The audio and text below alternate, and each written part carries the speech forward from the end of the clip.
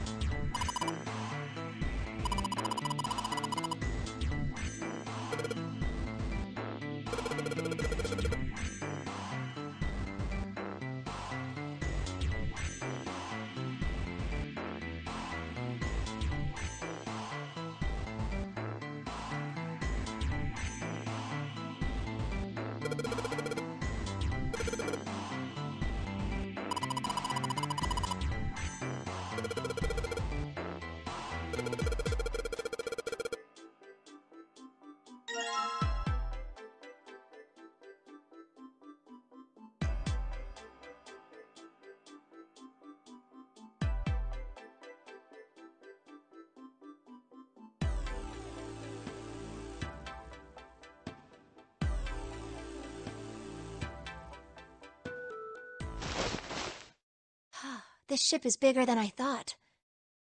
Yeah, it's probably about 900 feet long. Must be one of those fancy cruise ships. Of course, it doesn't really look like a cruise ship. Everything in here is really retro. Even if it's just some sort of style choice, there's just too much. Do you remember what Zero said?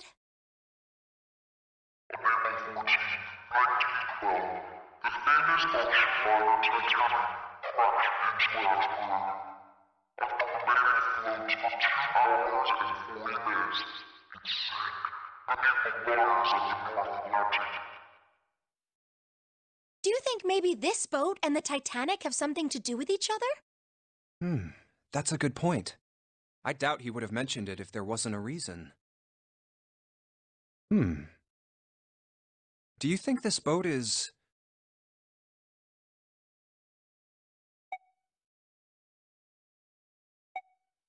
a replica of the Titanic?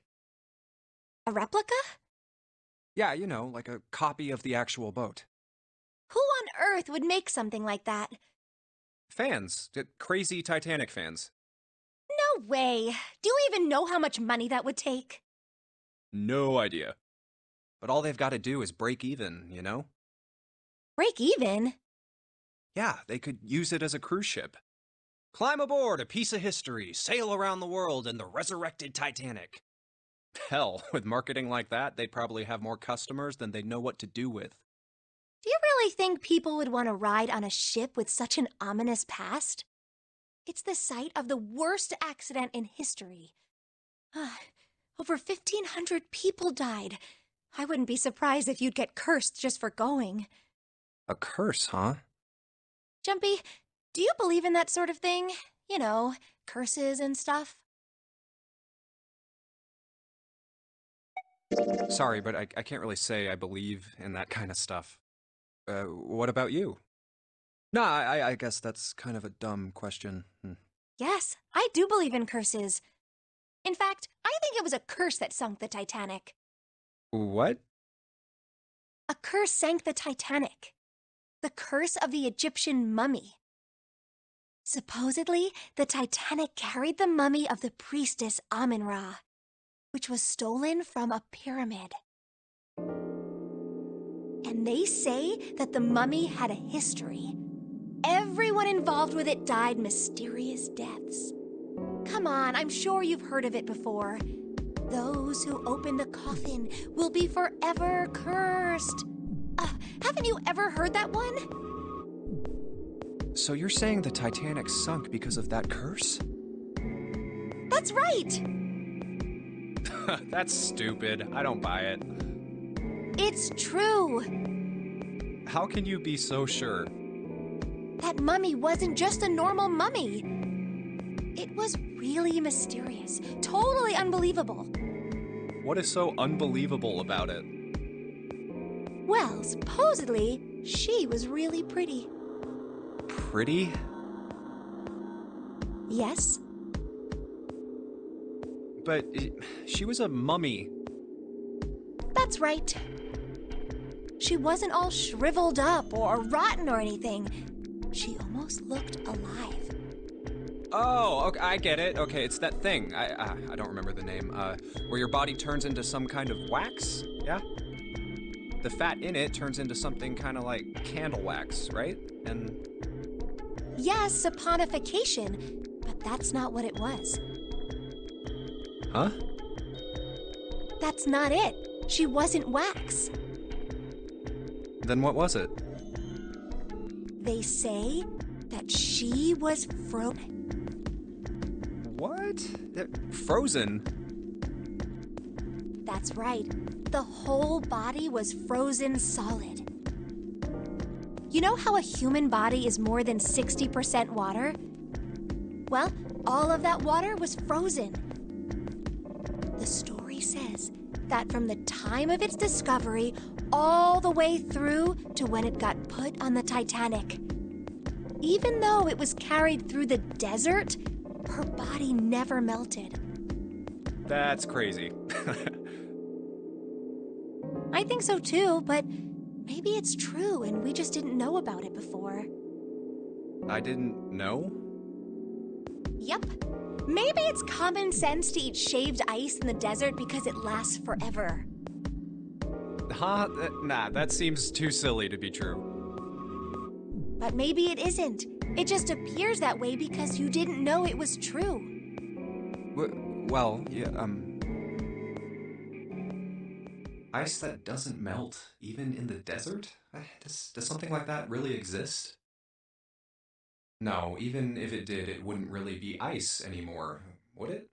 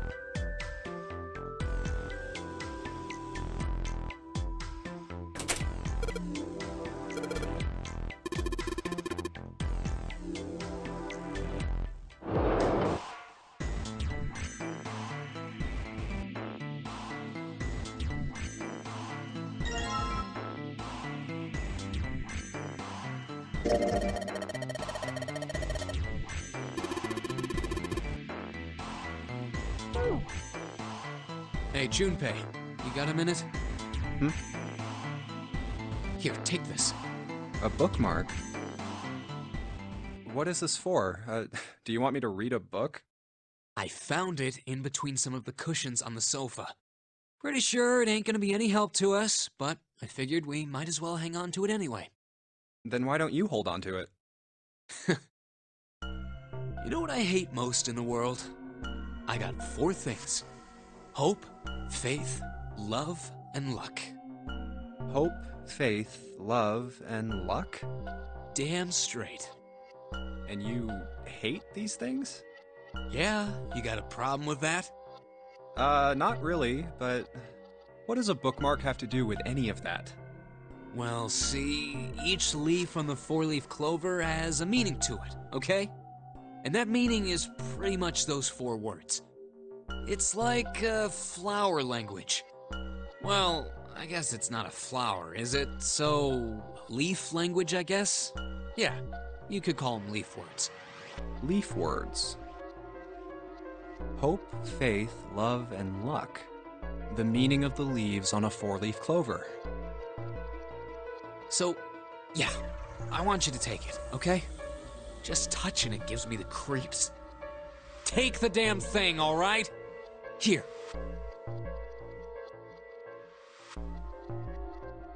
All right, sure. I'll take it. Oh, man, I feel a lot better now. That thing was a real pain, you know? Do you really hate those 4 words that much? Yeah, well, they can all betray you, you know? Hope, faith, love, even your destiny. Well, that's not my only reason. What? That's not the only reason I hate the 4-leaf clover. I just can't bring myself to like the number 4. What, worried about the 4 horsemen? Nah, come on, man, that's just silly. Maybe back in the Dark Ages that kind of crap scared people. But this is the 21st century, and I'm a 21st century guy. I'm a little insulted. Then why do you hate 4 so much? 'Cause it's a half-ass number. Not the best or the worst. That's why. What? 9 is a way better number. So what if it's last place, right? At least it's not some lame-ass middle number. What are you... You play? play?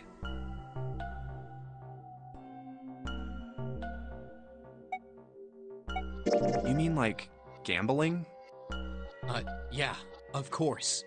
What else would I mean? In Baccarat, the best possible hand totals 9. They call it Le Grand. But the lowest, most worthless cards, the zeros, they call Monkey. Just like the guy in charge of this game, huh? Zero's a monkey. What?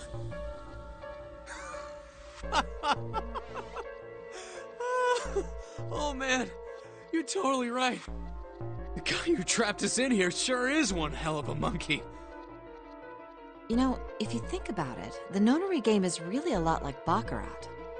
Of course, it doesn't use any of that stupid digital root junk. You just drop the tens digit, and that's it. Still, it does have the same idea of your final number needing to be a single digit. Oh, yeah, I guess you got a point. And in both games, whoever has 9 wins. The person who makes 9 wins? Wait, did you forget already? Don't you remember what Zero said? It is hidden, but an exit can be found. Seek a way out. Seek a door that carries a 9. So, if we want to get off this boat, we have to make a team whose numbers have the digital root of 9. And only the people in that team are going to make it out alive. Of course. That's why it's called the Nonary Game. What? Huh? You don't know? Nonary means something derived from 9, or base 9. It's derived from the Latin prefix nona, which means 9. While we're at it, the prefix for 1 is uni. You know, like the unicorn, the horse with 1 horn. 2 is bi, like binary. Binary means composed of 2 parts. 3, tri. I'm sure you've heard that one played. Like trio, triple, and triangle. You get the idea. After that, you have quart, quinty, sext, septum, and so on. And of course, the prefix for 8 is octo, like octopus. It's called that because it has 8 legs. Get it? I see. So then Nona means 9. So, how many of us are trapped on this ship? That'd be 9.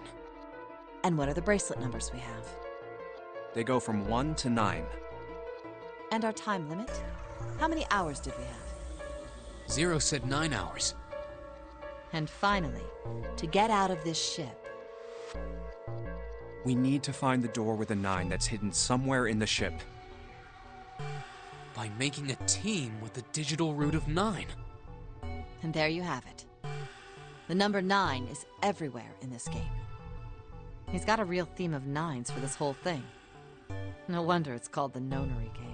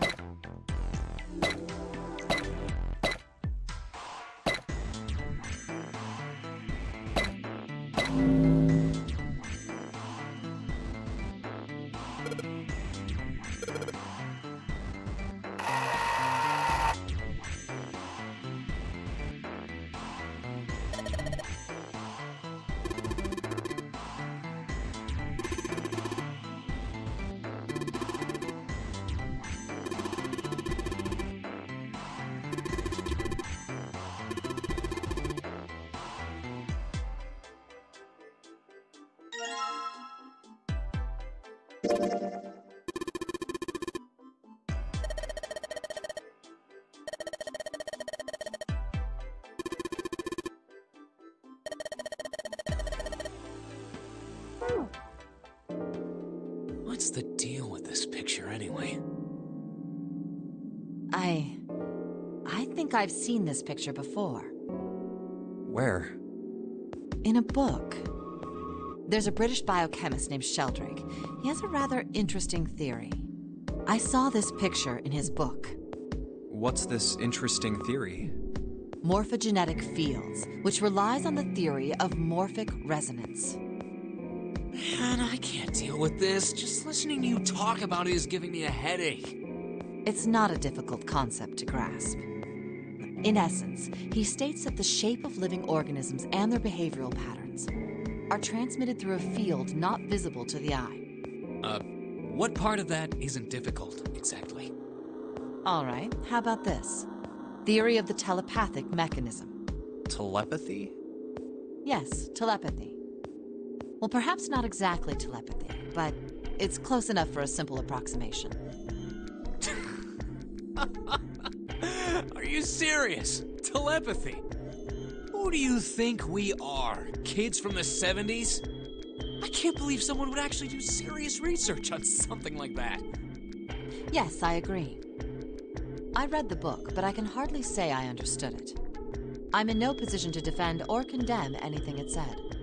It was probably just someone latching onto a statistical outlier from some study and turning it into a ridiculous theory. There's no scientific merit to any of it, I'm sure. But even so, Anyway, I saw a picture like that one in his book.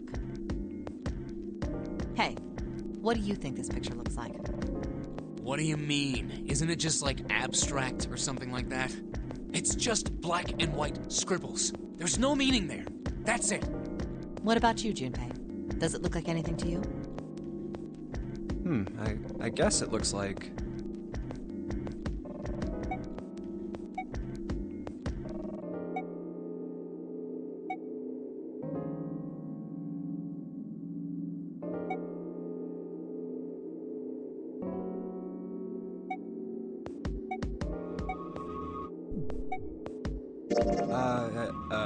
a Funyarimpa.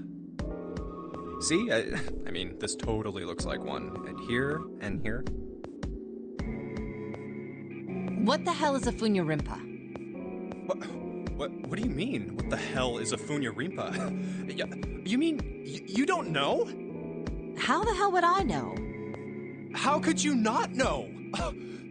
That's practically blasphemous. Oh, say you're sorry! Apologize to the Funyarimpa!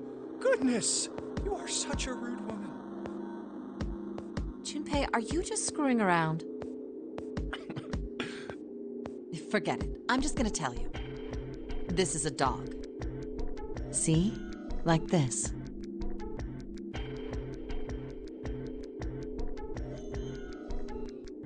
So...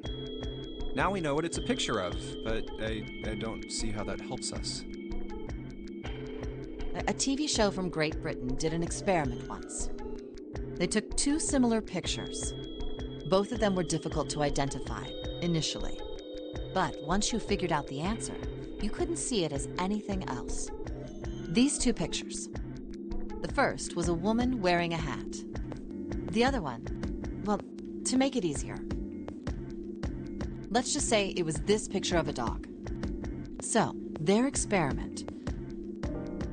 First, they sent the picture to other parts of the world outside the reach of British airwaves. To Ireland, the US, Africa, Europe, etc. Then, in each country, they gathered a number of test subjects, roughly 1,000 people. They were shown the two pictures and asked, what does this picture look like to you? The results weren't really interesting on their own. 9.2% of the people saw the lady in the lady picture. 3.9% saw the dog in the dog picture. Then, 2 days later, they aired a new program on their show. During the 30-minute show, they broadcast the dog picture and its solution. The audience was estimated to be 200,000 people. After the broadcast, it was a safe bet that the number of people who knew the solution to the dog picture was at least that many. After another 2 days passed, they gathered more research subjects from areas outside the reach of British TV and radio. This time, they only found a sample of roughly 850 people. Naturally, none of them had participated in the first test. They were, however, given same tests and the same two pictures. The results were startling. 10% of the people saw the lady in the lady picture.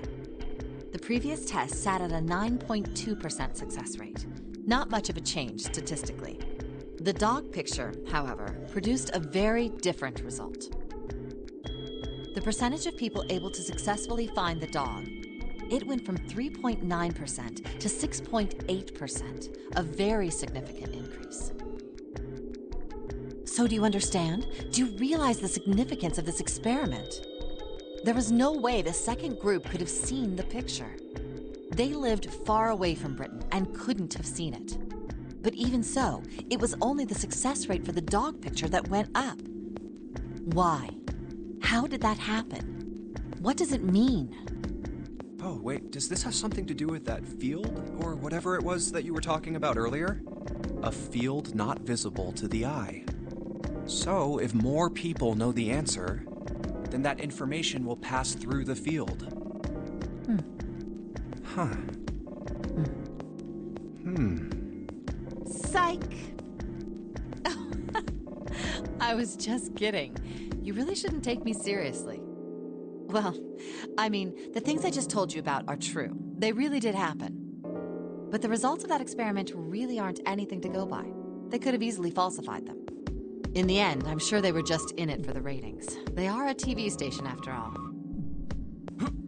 Right! Man, I gotta admit, you had me there for a minute. I, really thought you were serious. Of course not. Like I told you before, I'm sure it's all just pseudoscience. Oh, okay, right. All right, enough nonsense. We've got the key. Let's get out of here. Word. A field not visible to the naked eye. Morphogenetic field.